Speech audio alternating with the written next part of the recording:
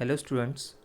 आज का जो अपना टॉपिक है वो है orbits of satellites from the space mission. तो ये ऑर्बिट्स ऑफ सैटेलाइट्स क्या होते हैं, मतलब अर्थ के अराउंड में जब सैटेलाइट्स घूमते हैं तो कोई ना कोई रास्ते से जाते हैं। मतलब उनका क्या होता है, एक पाथ होता है घूमने का, और उसी पाथ को हम क्या बोलते हैं, ऑर्बिट बोलते हैं। और ये जो ऑर्बिट्स होते हैं इसके कुछ टाइप्स भी होते हैं।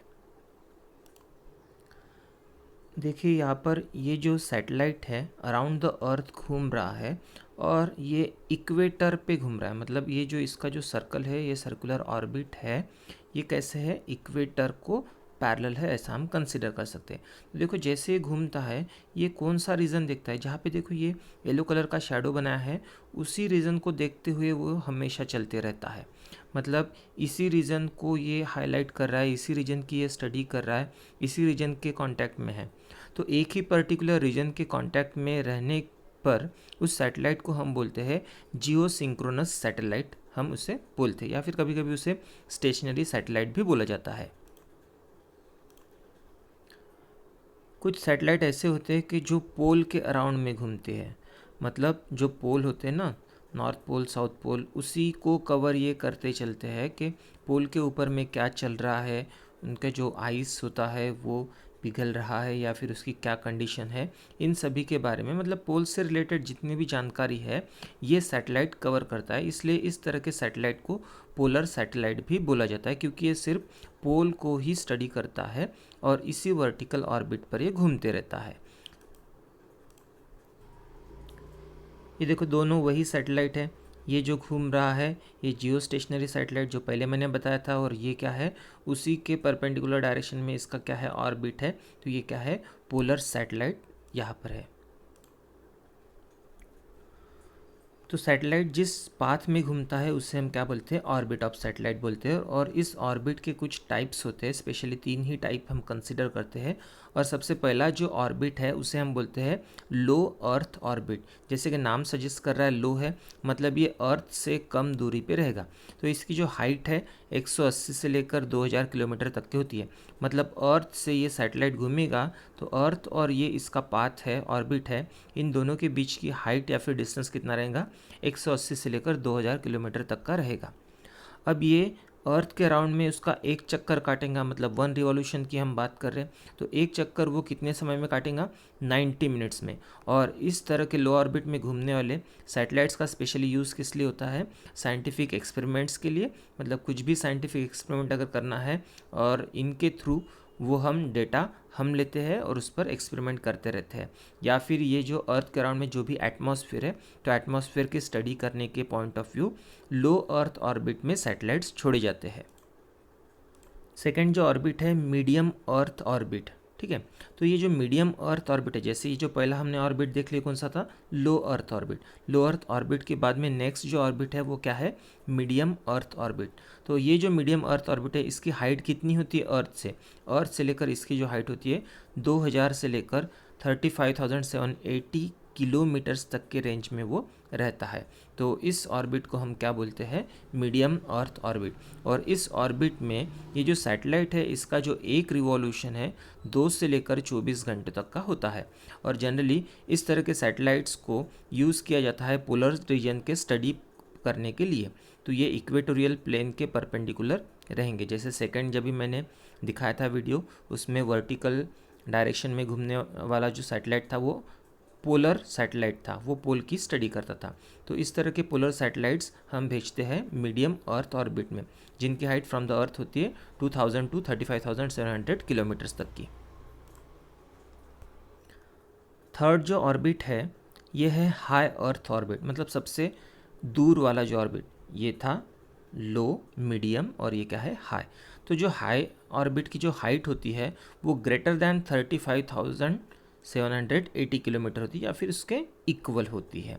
तो ये जो है ऑर्बिट, इस ऑर्बिट में जो भी सैटेलाइट घूमता है उसका एक रिवॉल्यूशन कितने समय में होता है, 24 आवर्स में इसका रिवॉल्यूशन होता है। अपने को पता है कि अर्थ भी खुद के अराउंड में स्पिन करती है, मतलब रिवॉल्व करती है, तो उसका जो टाइमिंग होता है कितने में कंप्लीट होता है एक रिवॉल्यूशन, 24 आवर्स में।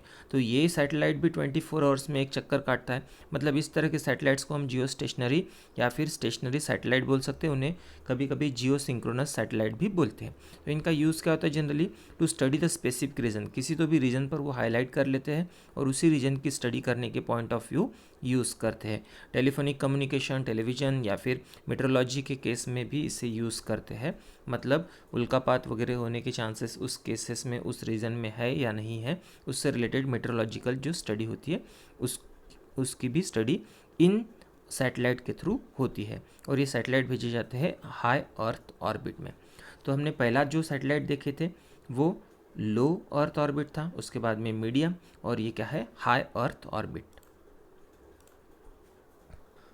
तो स्टूडेंट्स, ऑर्बिट क्या होता है? ऑर्बिट होता है the path followed by the satellite which revolving around the planet. Planet के अराउंड में सैटेलाइट घूम रहा है, तो जिस भी पाथ में, जिस रास्ते पे चल रहा है, उस रास्ते को या फिर पाथ को क्या बोलते हैं, orbit. On what basis and how are the orbits of the artificial satellite classified? अगर सैटेलाइट का जो ऑर्बिट है वो क्लासीफाई करना है तो कैसे क्लासीफाई करते हैं? Depending on the height of the satellite orbits above the Earth's surface, the satellite orbits are classified. तो ये जो सैटेलाइट होते हैं कितने हाइट पर है अर्थ से, उनके हिसाब से सैटेलाइट के ऑर्बिट के कुछ टाइप्स होते हैं। पहला जैसे यहाँ पर दिया है high earth orbit.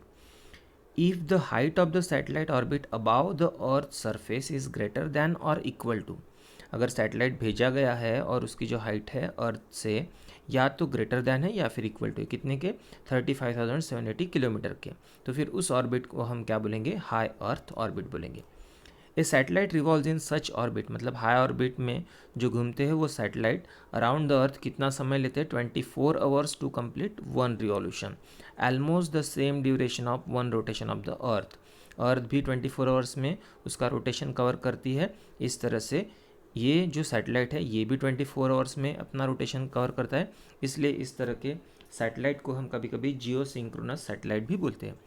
If the satellite is revolving in the high earth orbit parallel to the equator, ये इक्वेटर से पैरेलल होता है, then its time for one revolution around the earth is same as that of the rotation of the अर्थ।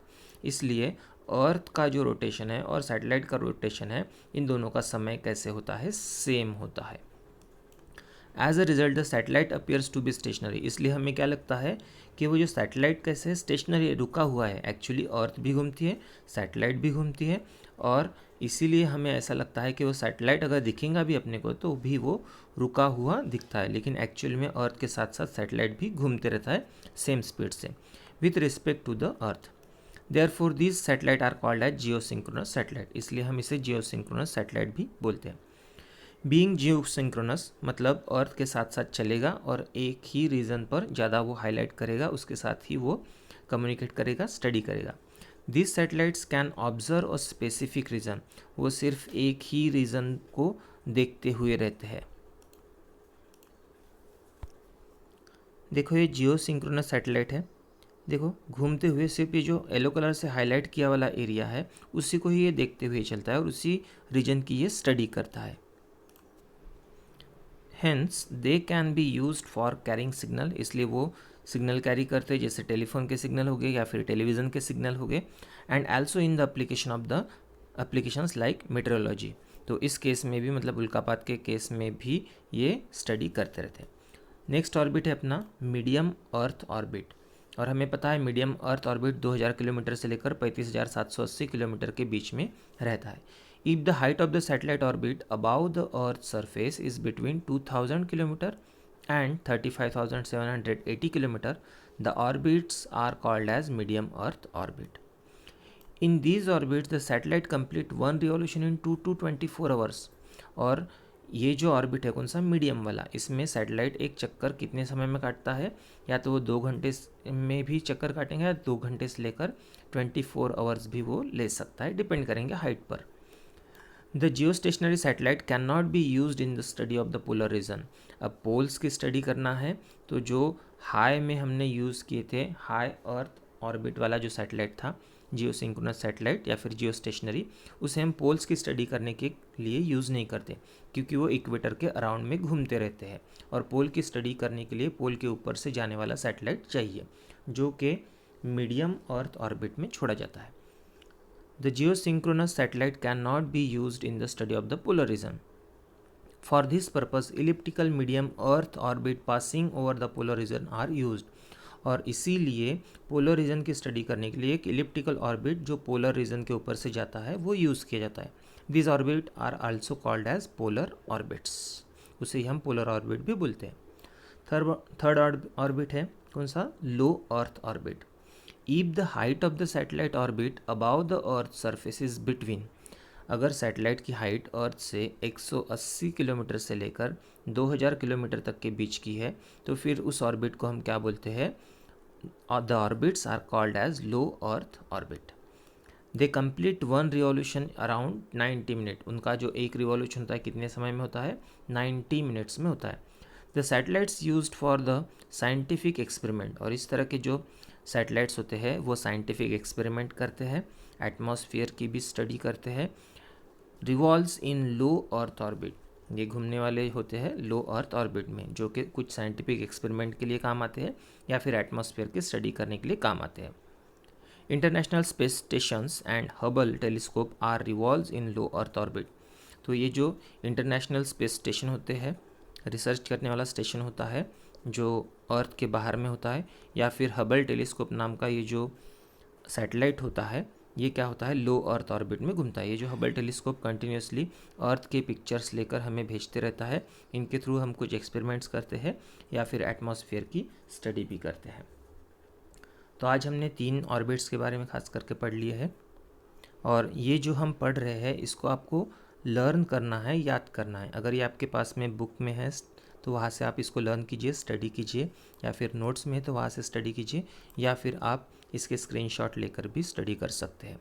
लेकिन बच्चों आपको ध्यान रखना है कि ये जो हम ऑनलाइन पढ़ रहे हैं इनको कंटिन्यूसली आपको स्टडी करना है। ऐसा सोचना नहीं है कि बाद में जब क्लासेस चालू होते हैं तब आप ऑफलाइन पढ़ेंगे, ऐसी बात नहीं है। आपको ये अभी का पोर्शन अभी ही कवर करना है। तो बच्चों मिलते हैं नेक्स्ट वीडियो में, और आपको ये भी बात याद रखना है कि अगर आप चैनल को सब्सक्राइब नहीं करते हैं तो आपको नेक्स्ट वीडियोस दिखेंगे, इसकी गारंटी नहीं है। तो मिलते हैं नेक्स्ट वीडियो में, तब तक के लिए बाय।